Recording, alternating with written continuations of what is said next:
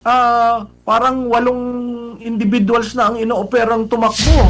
Walo. So ang makikita natin senaryo sa 2028, marami siguro tatakbo para hatiin ang boto.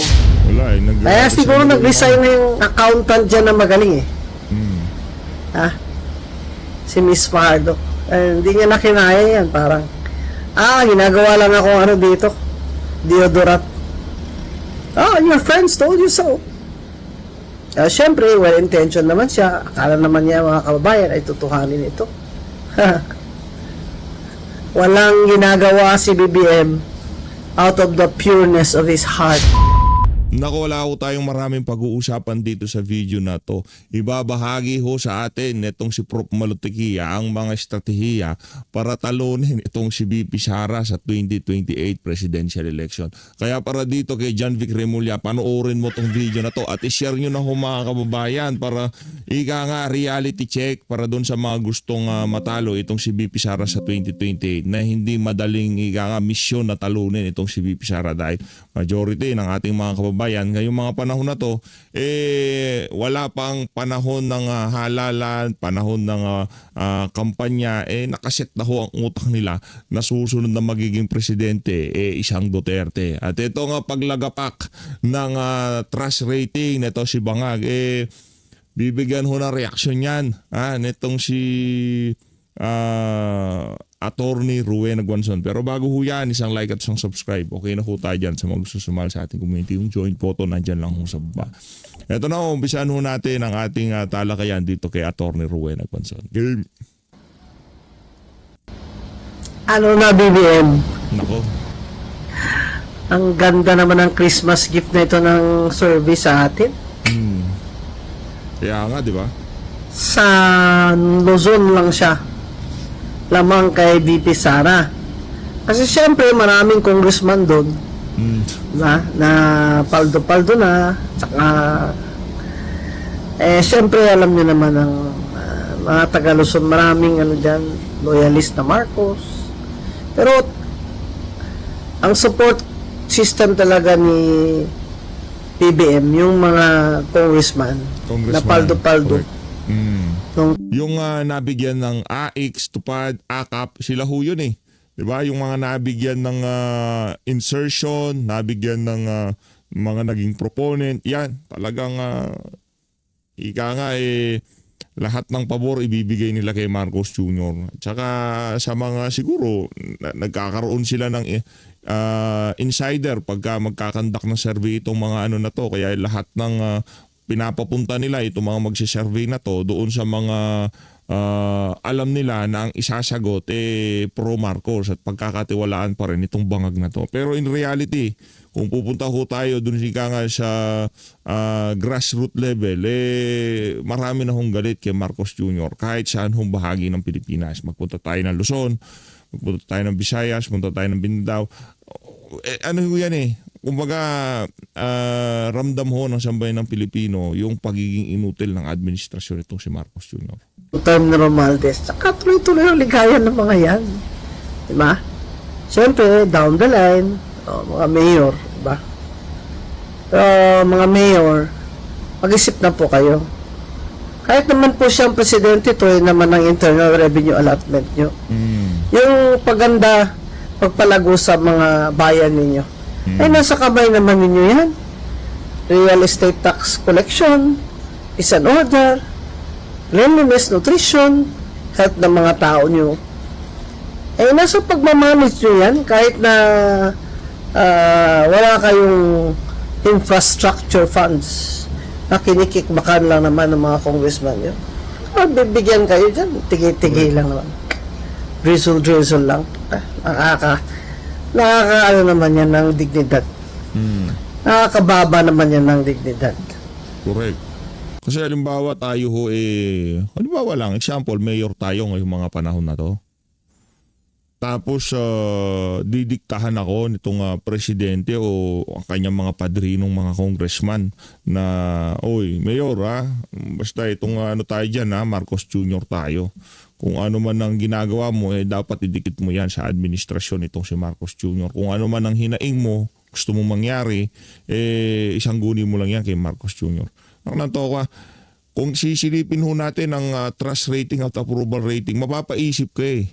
Di ba? Bakit kailangan manligaw nitong mga senador, mga congressman, dito sa mga mayor na to o kung sino man sa DILG ang lumalapit dito sa mga local government official na to. Kasi alam ho nila na wala na ho talaga itong administrasyon itong si Marcos Jr.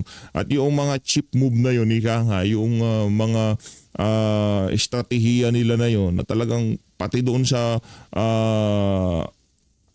local level nagpupunta sila para lamang ma-boost ang trust rating o approval rating o mapagmukhang pogi itong si Marcos Jr. Hindi ho gagana yan.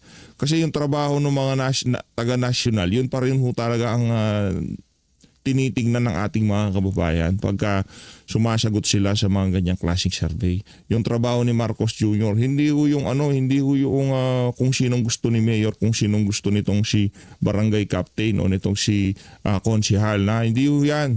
Yung pang-araw-araw na pamumuhay ng ating mga kababayan. Kaya tingnan niyo ho mga kababayan, kahit anong pabida, pabibo nitong si Ante Claire, wala hong bitaw sa ating mga kababayan. Kasi kahit ano pang sabihin niya, kahit ano pang paninirang gawin niya, babagsak pa rin tayo doon sa trabahong ginagawa ng kanyang amo na si Marcos Jr. Di ba? Kaya, pag-isip na po kayo, mga mayors, na gumawa na kayo ng tama sa 2028. Do not support BBM Gang. Do not support his candidate. Do not support itong mga tatakbong senador na ito nagpapahirap sa bayan natin. Kaya ganyan ho, kaya mataas sa respeto natin dito sa ali na to. 'Di ba? Yung pagiging consistent niya mula nung panahon ng kampanya hanggang ngayon. Diba? Kung anong nakita natin na sigasig niya sa pagkontra dito kay Marcos Jr. Dahil naging ano ho pala yan talaga, naging anti-Marcos noon pa man. Alam niya na ho ang gagawin itong si Bangag. Kaya para doon sa mga dilawan at pinklawan, gayahin niyo to yung kinabibiliban niyo nung pinapaakyat-akyat niyo pa sa entablado, no? Para lamang uminom ng Coca-Cola. Yung pagiging consistent niya talagang yan ang dapat niyong manahin. Kung sakaling mga panahon na to, itong mga pinklawan, mga dilawan, yung kanilang, gusto nila si Leni. Ganito, halimbawa, gustong-gusto nila si Leni. Mahal na mahal nila si Leni. Bilib na bilib sila kay Leni, di ba? Kay Lugao. Pero galit sila kay Marcos Jr. Wala tayong pakialam doon sa politika nila kay Leni. Magpaka-consistent kayo kung ano yung tama. Yun ang ipaglaban nyo. Hindi yung nabigyan ng pwesto tong si Recto, naka-shake hands niya itong si Kiko Pangilinan, naging opisyal ng Malacanang ang kapatid ni Risa Hontiveros. Ano pa sa atin, nagbaliktaran kayo. Yung never again nyo naging pwede, di ba? Naging posible, di ba? Naging why not yung mga Marcos sa inyo. Yun kung bakit lalo tayong nawalan ng respeto dito sa mga dilawan at pinklawan na to. Yung never again nila. Dapat nga kung never again kayo noong panahon ng kampanya, nung talagang balagbaga ng pamumulitika sa social media, dapat mas ngayon. Ngayon kayo talagang maglabas ng inyong mga saloobin. Kasi yung mga sinasabi nyo, sinisigaw nyo, confirm ngayong nakaupo na si Marcos Jr. Di ba, pwede nyo sabihin niya na, we told you so, di ba? Pwede sabihin niya, pwede sabihin, di ba? Pwede nyo kantsawan yung mga bumoto. Kaso ang sinasabi nyo ngayon, why not, di ba? Pwede itong si Marcos Jr. Yung tipong yung pamumuno niya okay naman. Di ba ganun ho datingan ngayon sa dito sa mga pinklawan at dilawan na to. Maliban dito kay Rowena Guanzon, majority sa mga dilawan at pinklawan ganun na ho naging siste dito sa mga kaganapan ngayon sa ating bansa. Maging itong mga makakaliwa. Di ba? Wala na ho, mahal na nila si Marcos Jr. ngayong mga panahon na to. Tsaka, ito na yung turning point. -3 siya sa, sa SWS survey. Pero yung ibang survey, mas mababa pa, -26. Magnanakaw eh. Saka weak. Hindi niya kaya. Di kaya. Kaya naman nakaw galore lahat ng mga galamay niya at ni Romualdez. Kasi alam naman nila na hindi kaya ni BBM na tipigilan sila. O ayan na. 3 years late ka na, BBM. It's too late, baby, now. It's too late. Kaya ako, kahit may hika ako, celebrate ako ng Christmas at New Year. Ang New Year's wishes ako at New Year's resolution. Ako, New Year's wish natin, ibigay lahat ng vision nitong si Marcos Jr. Ika nga, ang gusto niya magpulburon, palaklakin ng sandamukal na pulburon.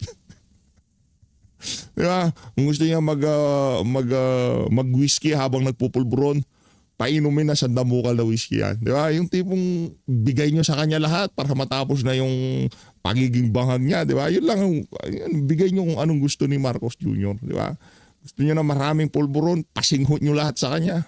Diba? Yung sambagsakan, yung 1 kilong pulburo, talagang pasok niyo lahat sa ilong niya. Diba? Yung para matapos na, para makaupo na si Bibi Sara. Yun lang o. Sa 2026 naman, New Year's resolution natin, mas intensify pa ho natin ang pagbira dito sa mga bangag na ito. Wala siguro makasama natin. Yan, kakalma na si PH Update. Hindi na siya magiging mabait na siya. Yan. Hindi, mas gagawin pa ho nating madiin ang ating pagbira dito sa mga addict na to. Diba? Pero sana yung Christmas wish natin, kahit na mag-New Year na, tuparin pa rin yan itong si Marcos Jr. Yung magpakasasa pa rin siya sa pagpupulburon, di ba? O lahat ng pulburon sa Malacanang, singhutin niya na lahat. Isang bagsakan, higa nga, wala nang labasan sa kwarto para yung nangyari doon sa kaibigan nila sa Estados Unidos. Ganun na lang din ang mangyari sa kanya para matapos na ang paghihirap natin dito. Di ba? I mean, yung paghihirap natin dito sa kawalang aksyon ng pamahalaan sa mga agarang problema na sambayanan. Hindi natin sinasabi dito na pag naging presidente si BP Sara, yun na yung silver bullet na tatapos sa lahat ng problema ng ating bansa. Hindi yun. Sinasabi natin yung mga agarang problema. Ano ba yan? Kahit pa paano maibsan ng gutom ng ating mga kababayan. Maibsan yung kahit pa paano yung kawalang trabaho, paglaban sa kriminalidad. Yan kung kasi mabilisan, kaya yan eh. Nakita natin kay dating Pangulong Rodrigo Duterte. Kaya pwedeng i-implement yan ni BP Sara kung sakaling umupo siya. Peace and order, kaya ho yan. Yung disiplina, number 1 ho yan mga kababayan. Disiplina ho talaga. Pagka wala yan, kahit anong galing pa ng leader, kung ang sambayan ng Pilipino walang disiplina sa kahit anong bagay. Pagtatapon ng basura, di ba? Yung mga maliliit na detalye, napakalaking impact ho nun, lalo na sa mga susunod na henerasyon. Tuloyin natin. Kita-kits tayo uli ha. January 1. Nako. Mga kababayan, Nako. tuloy-tuloy lang po ang protesta nyo kahit sa Facebook lang. Ikulong na yung mga magnanakaw na yan.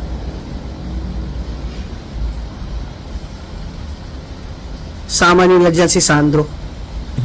Kaya wala na yung ICI na yan. Sinabi ko sa inyo noon pa, inutil yan.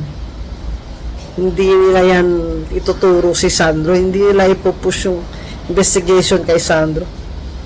Wala Kaya siguro nag-resign na yung accountant dyan na magaling eh. Ha? Si Miss Fajardo. Hindi niya na kinaya yan. Parang, ginagawa lang ako dito. Deodorant. Your friends told you so. Siyempre, well-intentioned naman siya. Akala naman niya mga kababayan ay tutuhanin ito. Walang ginagawa si BBM out of the pureness of his heart. Dahil maitim ang budhi niya. Yun ho yun eh. Nakita natin yan. At ako sisigundahan ko yung obserbasyon na yan itong si Attorney Ruen Aguanzon. Walang gagawing matino yan dahil sa kabutihan ng kanyang puso, di ba? Wala. Parang toka. Kahit saan tayo magpunta kung sakaling merong galaw yung Marcos Jr. na yan. Kahit saan. Sigurado dapat pagkakakitahan yan. Di ba? Kung hindi man sa publicity, kikita yan ng publicity o hindi naman ho kaya kikita yan ng pera. Pero para doon sa kabutihan ng ating mga kababayan, merong tatayo yung mama na yan sa umaga para makapag mabigyan ng safe na makapaligiran ng sambay ng Pilipino. Ano mapapala niya doon? Di ba? Ano mapapala niya doon? Kung hindi rin naman ano yan, kung hindi rin naman DPWH project, kundi rin lang naman insertion, kundi rin lang naman ang program appropriation, hindi ho yan hindi titindig ang balahibo nitong si Marcos Jr. Kung kunyari pag-uusapan nila sa gabinete, Mr. President, ito kailangan nating i-implement para masawata ang mga adik sa kalsada. Hindi, change topic. Doon tayo sa insertion at program appropriation. Paano pa tayo makakapaglagay na mas maraming pang mga ghost project, di ba? 'Yun ang pag-usapan nila eh. Kasi pinirmahan ho nila ang budget. Karamihan ho, kahit sabihin natin na unprogram appropriation, pinlano talaga eh. Kasi yung mga unprogram appropriation, ini-insert yun during BICAM. Hindi, para ganito strategy dyan. Siguro gabinete, no? Ganito strategy dyan. Huwag nating ilagay sa NEP. Kasi pagka nag-ghost project tayo, nasa NEP. Pero marami din ho yan. Yung mga ghost project na nasa NEP. Marami ho yan mga kababayan. Mahuhuli tayo kagad. Kaya ang gagawin natin, tawagin nyo si Saldi. Kausapin mo si Amena. Amena, makipag-ugnayan ka dito kay Trigib. Tawagin nyo si Saldi. Bata natin yan. Ganun ho ang nangyari dyan. Kaya ngayon, ang problemang ginahaharap natin na to pagdating sa transparency, pagdating sa korupsyon, pagdating sa lahat ng nangyayari ngayon sa Pilipinas, kasalanan ho yan itong si Marcos Jr. Anong binibida niya? Yung mahiya naman kayo? Anak ng toko. Mahiya naman kayo. Mahiya naman kayo. Ang tinuturong boss ng kartel o may kinalaman sa kartel ng sibuyas, asukal, bigas. Mismo kanyang asawa. Bago kayo matulog, Marcos Jr., makinig ka. Bago kayo matulog mag-asawa, harapin mo yung asawa mo, sabi mo, mahiya ka naman. Tapos ikaw naman butod, sabihin mo rin sa asawa mo, mahiya ka naman. Kayong dalawan dapat mahiya sambay ng Pilipino. Paulit-ulit, 3 taon nyo ng paulit-ulit na ginagawa yan sa sambayan ng Pilipino, mga walang hiya kayo. Hindi siya mabuting ito nga rin pala, Christmas wish ko, no? Merong yung kidlat na malakas, di ba? Yung malakas na kidlat na tipong malakas na kidlat.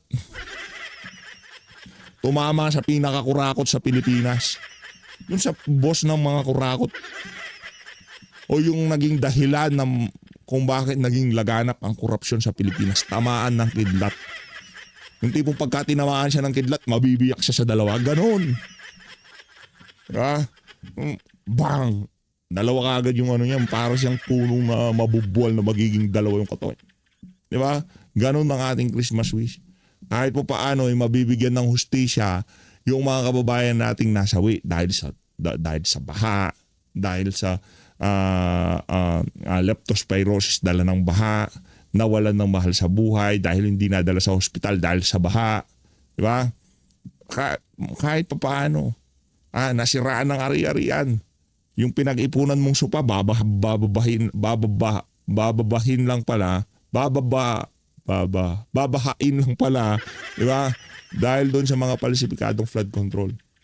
Tamaan ng kidlat yung pasimuno niyan. Wala akong pakialam, saldi ko si Romualdez, si Marcos Jr. Yung mahati sila sabay-sabay sa dalaw. May split sila na ganito. Yung ganun ho dapat. Tapos na tayo dito kay Atty. Rowena Guanzon. Ito na ho. Higa nga ang strategy. Galing ho ito sa isang tunay na political analyst. Hindi yung mga bayaran ng Malacanang para ipustura nila sarili nila bilang mga credible sa social media. Hoy Llamas, makinig ka dito Kasi yung mga walang kapararakan mong mga pag-analisa sa politika, makinig ka dito. Ito ang totoo para dito kay Hey Darian. Hoy, Hey Darian, makinig ka rin dito. Ipagpapatuloy nila yan kasi parang 8 individuals na ang inooperang tumakbo. 8. So ang makikita natin senaryo sa 2028, marami siguro tatakbo para hatiin ang boto. I've never seen itong demolition job kay Vice President Duterte. is far more greater than the demolition job done on then Speaker, Senate President Villar, and then si Vice President Binay. Ito kasi walang pahinga kay BP Sara since 2023. Non-stop po talaga mga kababayan. So makikita mo, parang lahat ng plano nila ipolitika. Parang lahat ng plano nila gamitin ang pondo ng bayan para sa politika na makakatalo kay Sara Duterte at mapropromote ang kanilang kandidato. Sa tingin niyo po, maapektado yung kanilang political capital din dito, ma'am? Kasi nabanggit ni Vice President Sara, mga paninira sa kanya. Ano yan, bahagi yan ng pagharang sa kanyang posibleng kandidatura for 2028. Hindi po ba sa mga nakalipas, merong sisiraan, meron ding nagpapapogi. Kaso, hindi epektibo yung kanilang paninira, hindi rin epektibo yung kanilang pagpapogi po, Prof. Oo, Admar, no? Sa tingin ko, dapat pag-aralan nila yung strategiya nila. Kita mo yung kay Madriaga, biglang nag-fall ng dot. Di ba? Parang ang init-init nila, grabe ang salsal nila sa media nung sinabi ni... Gusto ko yung banat na yun nitong si Prof. Malo, salsal talaga. Diba? Hindi na ho SS salsal talaga. Ganun naman ho talaga ang ginawa ng mainstream media. Nung mga political analyst kuno, kagaya nitong si Heydarian, itong si ang tawag dito, itong si Llamas, itong si ang pangalong baklitang abogado kalaban ni Sir Jack. BP Sara, hindi ko yan kilala, hindi ako pumupunta sa jail, Bureau of Jail, tapos bigla nagsabi si Secretary Remulla, hindi siya ang pinupuntahan, iba.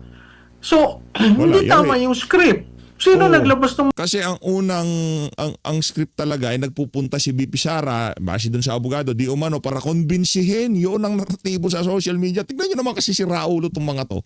Itong mga mainstream media na to. Di umano para kumbinsihin itong si Madriaga na hindi magsalita dahil daw nasaktan siya doon sa ginawa. Parang na-left out siya.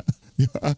Ganon daw ang ramdaman ng Madriaga, kaya itong si BP Sara kinukumbinsi. Yung ginagawa nilang pagkakabit-kabit ng storya sa social media. Ganon ho nila i-frame ang naratibo sa utak ng ating mga kababayan. Kaso nung hindi binibili ng sambayanan, anong nangyari? Biglang tahimik na ngayon dito kay Madriaga. Yung mga umi-SS, sumasalsal dyan sa issue na yan ng mga mainstream media, biglang nagsitahimikan na. Madriaga.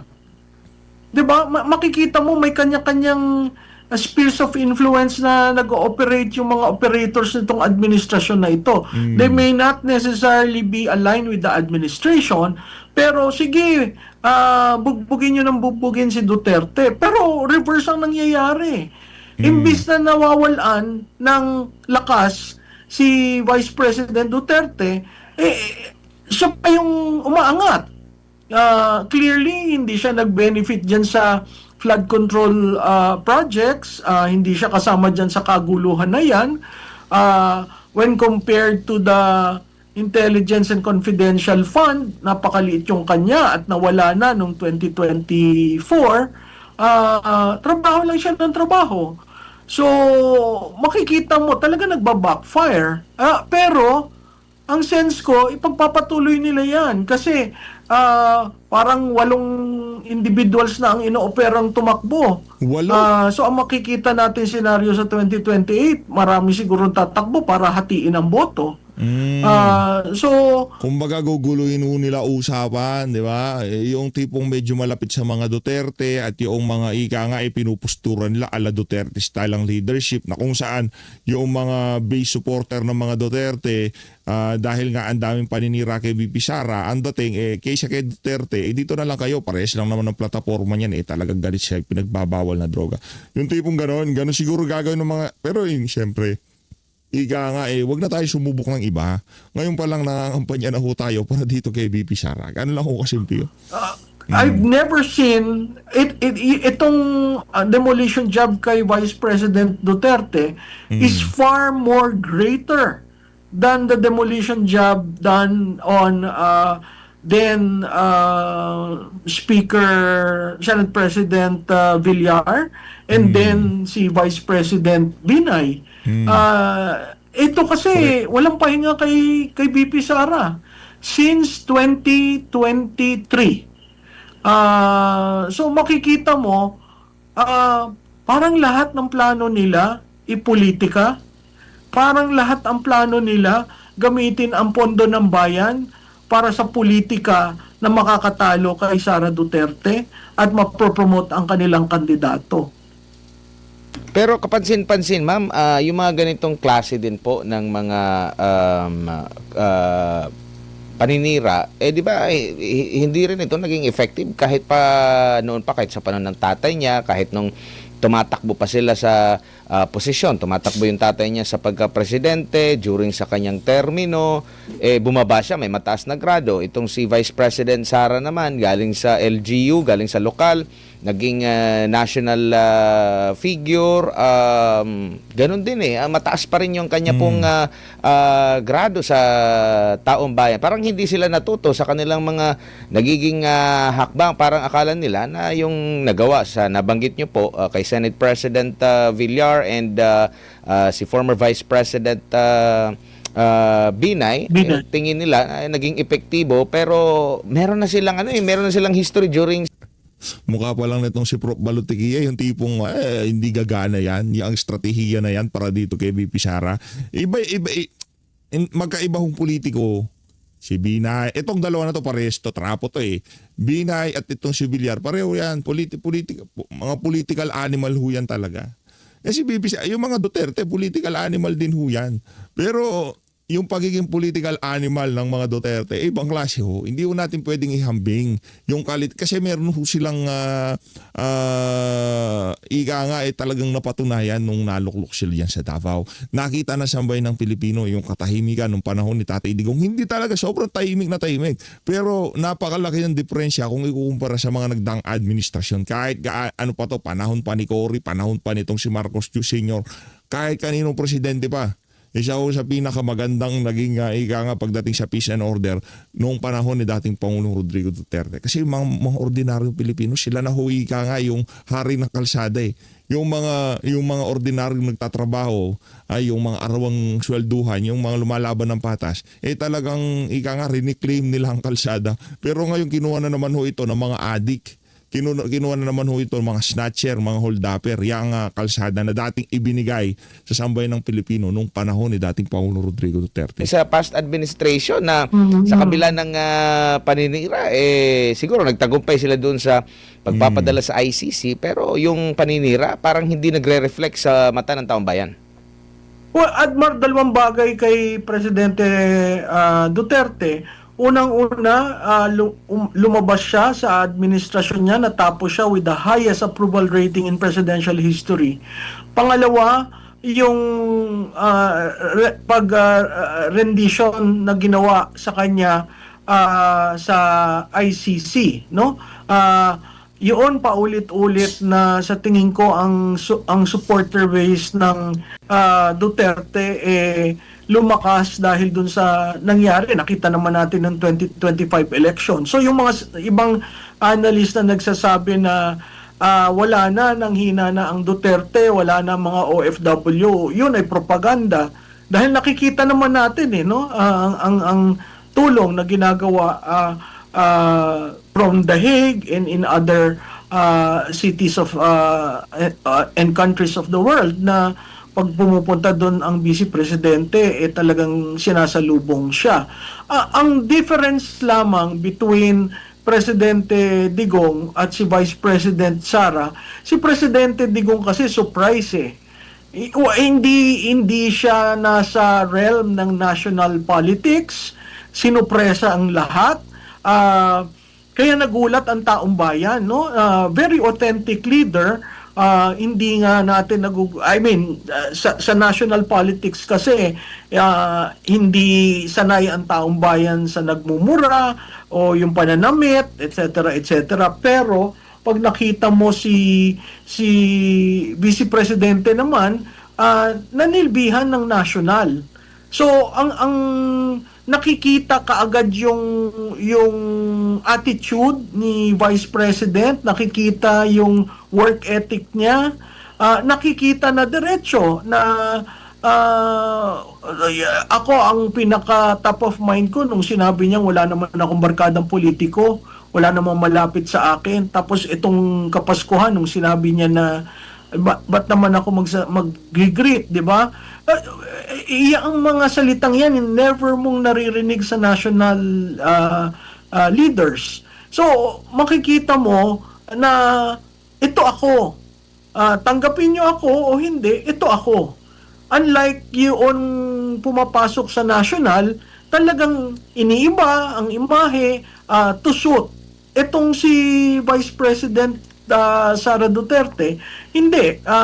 Sinasabi niya sa taong bayan, ganito ako, hindi ako magbabago para lang sa politika. Na yun yung authenticity na nakikita mo sa tatay. Yun nga lang, ang tatay, dahil hindi nanilbihan ng national, hindi natin gaanong kakilala nung pumasok. Siguro yung mga taga Davao, yung taga Mindanao, kilalang kilala. Pero yung mga taga Luzon, parang nagulat sila na may ganun palang katapang na tao. So,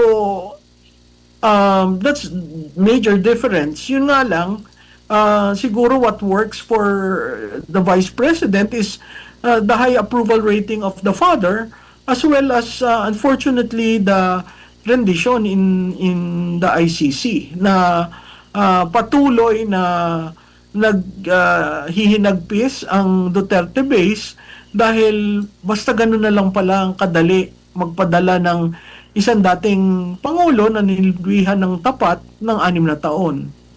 Opo, siguro bilang panghuli na lang po, ma'am, ang ating mga kababayan siguro na busy lang ba ngayong panahon ng Kapaskuhan, pero babalik yan after ng New Year, maalala pa rin nila na merong ganitong ipinangako ang presidente at hanggang ngayon wala pa rin ang naging pangako, yung mga tingin nila ay sangkot dito sa sa anomalya. Naging merry at happy pa rin yung kanilang Christmas at New Year kasi hindi pa sila na bilanggo, Prof. Alam mo, nakakangiti tayo dahil Pasko, bakasyon, kaarawan ni Jesus, no? Siguro tama yung sinabi mo, itinabi muna. Pero itong sa pagre-resign ni Fajardo, sa pagkamatay ni Yusek Cabral, sa mga press conferences ni Congressman Leviste, sa pananalita ng isang governor ng Batangas, lalong nagiging masidhi ang hinaing ng bayan, lalong nagngingit-ngit ang Pilipino dahil patuloy na binubudol sila dito sa mga nadidiscover natin. Hindi maliit na pera ang 1.2 trillion na nawala ng 3 taon. Hindi maliit na pera ang 6.7 trillion na aaprubahan sa 2026 budget.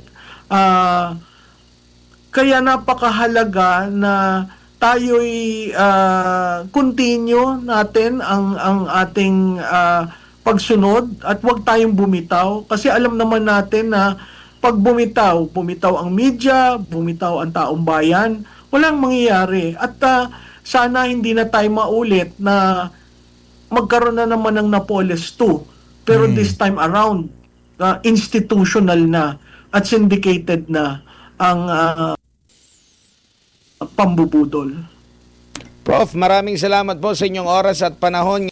Galing talaga nitong si Prof. Malutiki. Ay na nga dito na una tatapusin ang ating reaction video. Maraming salamat sa pag-support sa PH Update. Mag-ingat po kayo lahat. Mahal natin Pilipinas.